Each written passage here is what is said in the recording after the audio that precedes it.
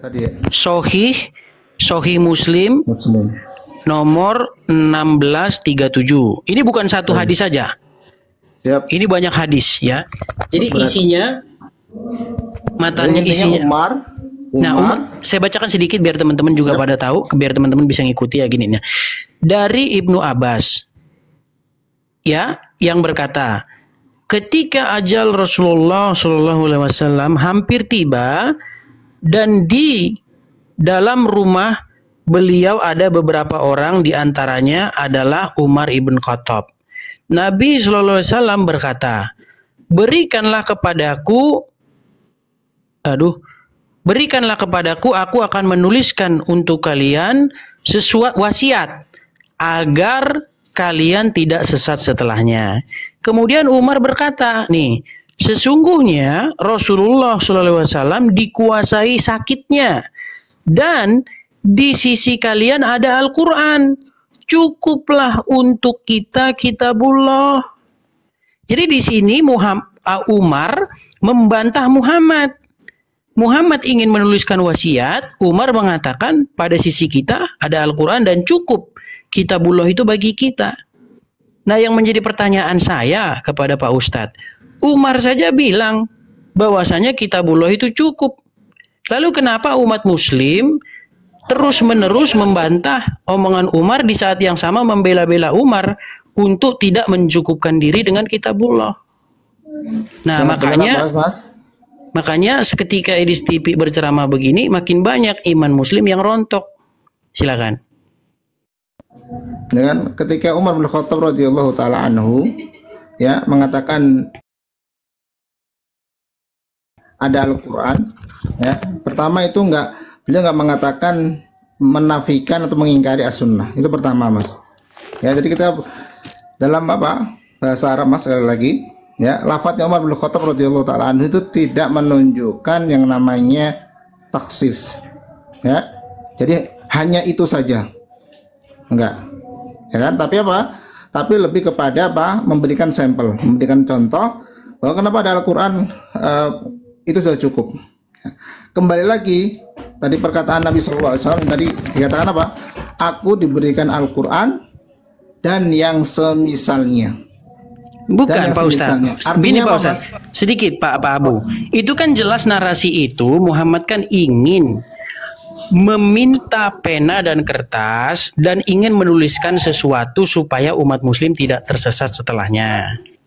Lalu Umar bilang begini, ini Muhammad ini dikuasai sakitnya.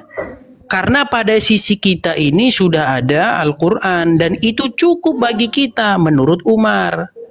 Nah, lalu terjadi perselisihan di dalam narasi hadis itu dikatakan. Terjadi keributan yang besar, lalu Muhammad berkata, pergilah kalian daripadaku. Jadi Muhammad mengusir orang-orang itu. Nah, padahal di dalam ayat Al-Quran itu, Pak Abu, tidak boleh Anda meninggikan suara di hadapan Nabi. Tidak, itu perbuatan yang lancang. Nah, di sini Muhammad sedang sakit. Muhammad sedang sakit tapi terjadi keributan di antara mereka. Nah, perlu Pak Abu Salwa ketahui, saya sudah menulis sebuah buku dan buku ini banyak sekali mengguncang iman teman-teman muslim. Di dalam buku itu saya buat narasi semacam ini. Muhammad berkata bahwa para sahabat itu adalah sebaik-baiknya generasi. Sepakat Pak Abu? Iya. Nah, bagaimana mungkin umat yang sebaik-baiknya generasi bertabiat seperti itu di hadapan Muhammad, bertengkar di hadapan Muhammad, padahal Muhammad sedang sakit parah. Jangankan Muhammad tidak sakit, dia sakit. Kita tahu bahwa di hadapan orang sakit itu nggak boleh berisik karena ada orang sakit. Di mana adab mereka? Apakah seperti ini yang dikatakan generasi terbaik? Belum lagi nanti perang Siffin. Ada berisik itu, Pak Abu. Ya, belum lagi nanti perang Siffin, belum lagi nanti perang Jamal. Bagaimana para sahabat di situ mereka saling mengayunkan pedang, saling menumpahkan darah. Inikah generasi muslim terbaik? Gitu loh. Dan intinya omongannya adalah Umar mengatakan bahwa pada kalian ada Al-Quran dan cukuplah kitabullah itu bagi kita. Jadi di sini saya nggak tahu ini Muslim ini berdiri pada posisi siapa gitu loh. Silakan. Di hadis tersebut Mas, ya. Jadi yang pertama itu memang ada kerancuan di situ Mas. Karena apa? Karena ketika Nabi mau wafat, ya, kisah yang masyhur itu Umar tidak sedang bersama Nabi. Ya karena beliau itu sampai marah-marah, ya beliau marah karena apa? Karena ada yang menuduh Nabi telah meninggal. Itu pertama Mas ya. Jadi beda, Pak Ustadz itu beda lagi Pak Ustadz. Jangan bukan Pak Ustadz di sini tidak boleh melakukan penyesatan. Itu beda, hadisnya beda lagi. Jadi hadis yang Muhammad meninggal itu beda lagi. Hadisnya berbunyi begini.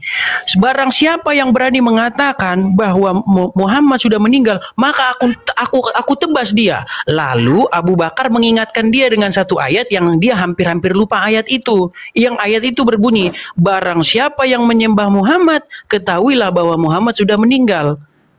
Itu beda lagi, jangan disama-samakan Pak Abu. Jadi hadis tersebut memang perlu dihitung lagi Mas ya, perlu dihitung lagi. Maksudnya riwayatnya, kitabnya di kitab mana gitu kan. Itu Sahih Muslim, Sahih Bukhari. Jadi begini Pak Abu, yang saya merasa agak kesel gini Pak Abu. Ketika ada hadis yang menguntungkan dibilang sahih. Ketika ada hadis yang merugikan dibilang palsu, dibilang doib, kayak pedagang. Nah, bukan masalah itu Mas ya, bukan masalah itu. Tapi apa lebih kepada apa? Nah, supaya balik Mas punya redaksi, oh ternyata sama dengan redaksi yang kita miliki ya. Jadi lebih kepada itu saja Mas, cuma validasi aja. Kemudian Mas Edis ya, Mas Edis.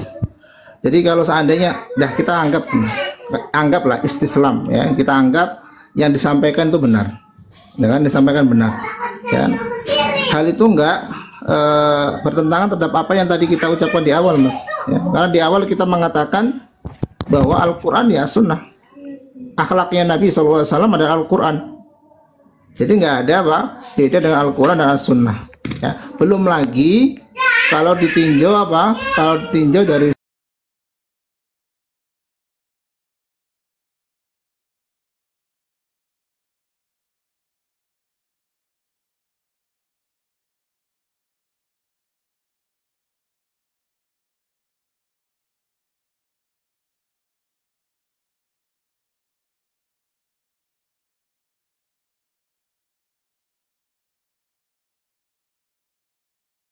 Silakan. Ya, makasih Mas Edis ya. Ya. Jadi intinya yang kita simpulkan Mas Edis ya, perkataan Umar bin Khattab radhiyallahu taala nggak ada pertentangan sama sekali, karena kita berpandangan Al-Quran dan Al-Sunnah itu sama.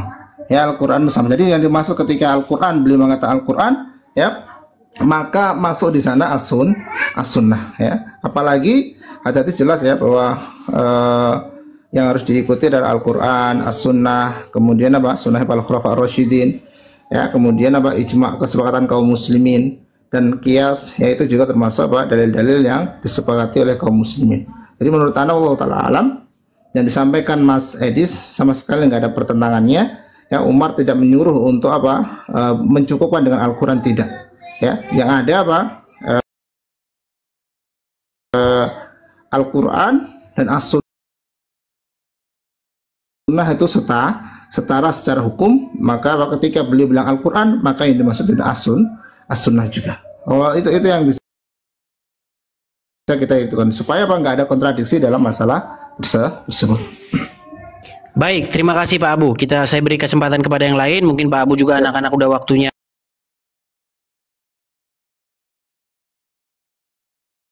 Kali ya, kita saling menghargai lah. Semua itu kembali kepada penonton ya. Mungkin teman-teman masih penasaran dengan hadis itu, ya silakan. Teman-teman Muslim yang masih penasaran, yang masih apakah mengatakan hadis ini palsu atau tidak, nih ya, saya tampilkan lagi hadisnya ya. Semoga kalian bisa mengambil pelajaran ya. Nah, ini hadisnya ya teman-teman ya. Ini saya kasih layar besar. Ya, terlihat ya teman-teman ya nih. Jadi dari Ibnu Abbas yang berkata, ketika ajal Rasulullah Shallallahu Alaihi Wasallam saya jadi kayak orang Islam ini kalau ngomong. Ya karena sudah lama ngaji. Kalau orang ngaji ini kayak gini ya. Sudah hampir tiba. Dan di dalam rumah beliau ada orang, beberapa di antara mereka adalah Umar ibn Khattab. Nabi SAW bersabda, berikan kepadaku, aku akan menuliskan untuk kalian wasiat. Agar apa? Agar kalian tidak sesat setelahnya.